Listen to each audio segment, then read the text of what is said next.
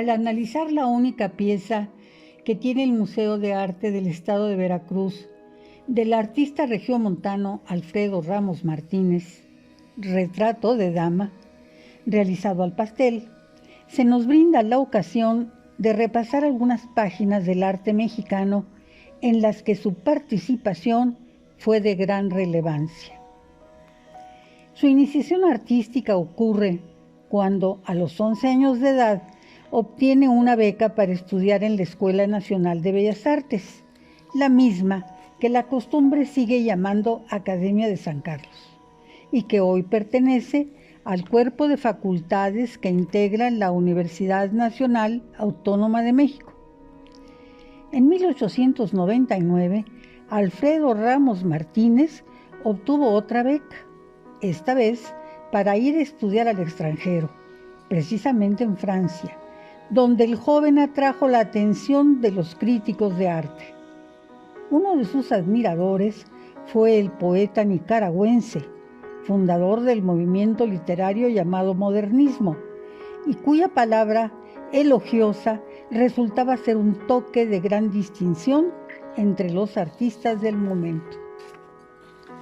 Rubén Darío llamó entonces a Ramos Martínez el pintor de las melancolías,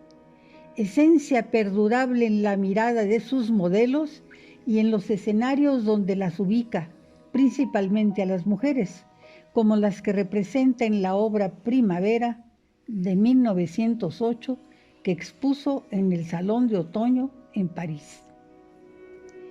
Después de 10 años de estudios en Europa, en 1909, Ramos Martínez regresa a México y es nombrado subdirector de la Academia de San Carlos. Toca advertir de cerca las demandas del alumnado que se lanzó a la primera huelga estudiantil de 1911 en busca de cambios radicales en la enseñanza de las artes. En medio de las convulsiones de la Revolución Mexicana, y después de que el arquitecto Rivas Mercado fuera retirado de su cargo de director de la EMBA, Alfredo Ramos Martínez fue nombrado por el espurio gobierno militar de Victoriano Huerta director de la Academia, cuando en 1913 fuera asesinado el iniciador del movimiento libertario de Francisco I. Madero. Siendo Ramos Martínez el promotor de los cambios en favor de la libertad de expresión en el arte, no fue con Madero, sino con Huerta, que dirige los inciertos destinos de la Escuela Nacional de Bellas Artes, por lo que,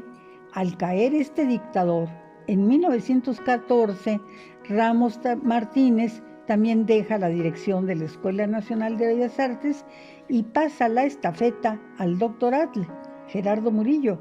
que fue designado para ocupar ese cargo por Venustiano Carranza. Sin embargo, su paso por la Academia dejó una gran huella, ya que en 1913 fundó las escuelas de pintura al aire libre, a orillas del Canal de la Viga, en la Ciudad de México, y a la que llamaron Barbizón, evocando con ello el lugar boscoso a orillas del río Sena, al que recurrían los paisajistas franceses durante los tiempos activos del impresionismo que en las últimas décadas del siglo XIX convocaba a artistas de la altura de Monet, Manet, Pizarro y otros, pero que para la segunda década del siglo XX ya no significaban ser una vanguardia estética. Pero en México, esta escuela fue un gran logro y la piedra angular para las posteriores y definitivos cambios de la práctica de la pintura mexicana. Cito lo que frecuentemente recuerdo ahora, ya lo he dicho antes, pero voy a puntualizar que es una cita. Abre la cita. Nadie lo dice ahora, porque el tiempo ha pasado y surgieron diversos intereses, pero el verdadero impulsor de la pintura contemporánea mexicana no fue Diego Rivera, sino Alfredo Ramos Martínez. Esto lo dijo Ramón Alba de la Canal, el muralista veracruzano y fundador del movimiento de la Escuela de Pintura al Aire Libre,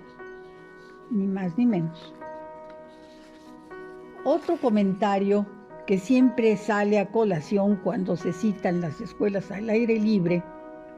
es el que dejó escrito en su autobiografía y que yo he reiterado en diferentes ocasiones. José Clemente Orozco, en su carácter de ironía para escribir,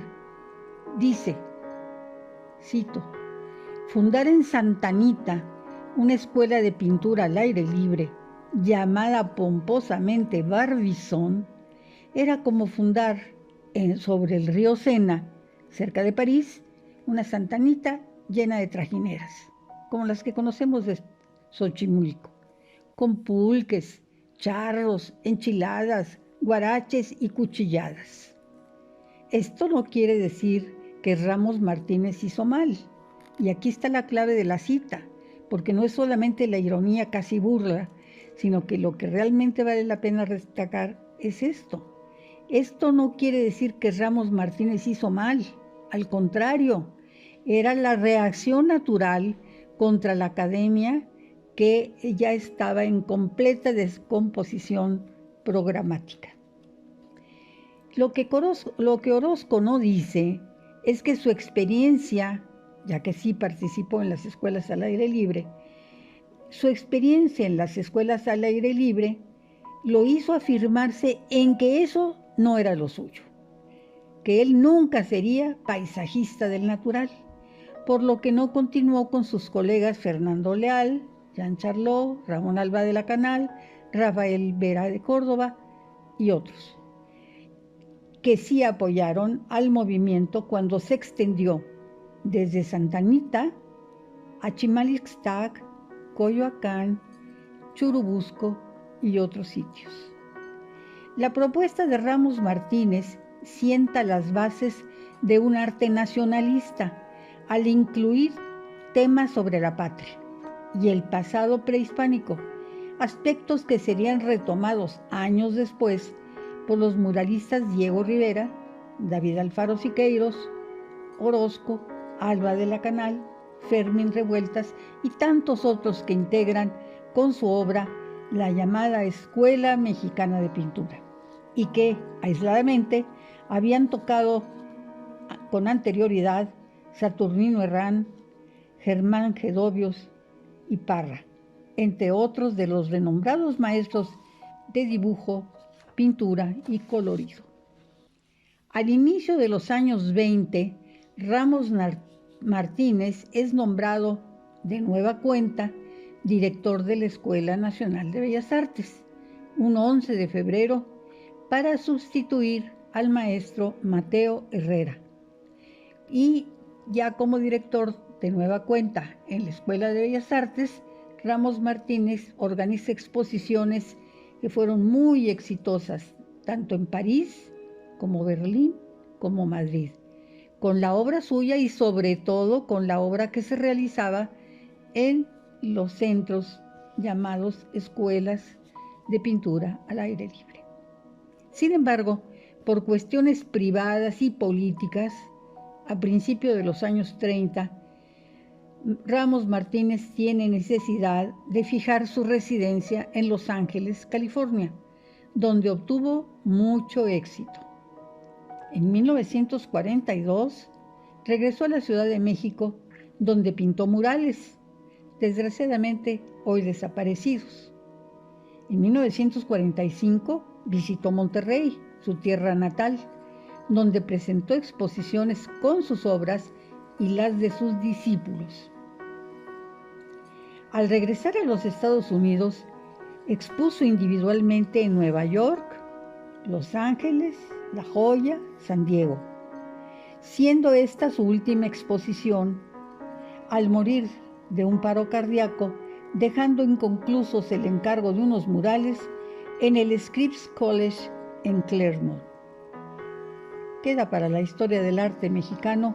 la oportuna innovación en los sistemas de enseñanza de las artes plásticas basados en la libertad en el arte y que sin duda tienen su origen la función pedagógica de Alfredo Ramos Martínez.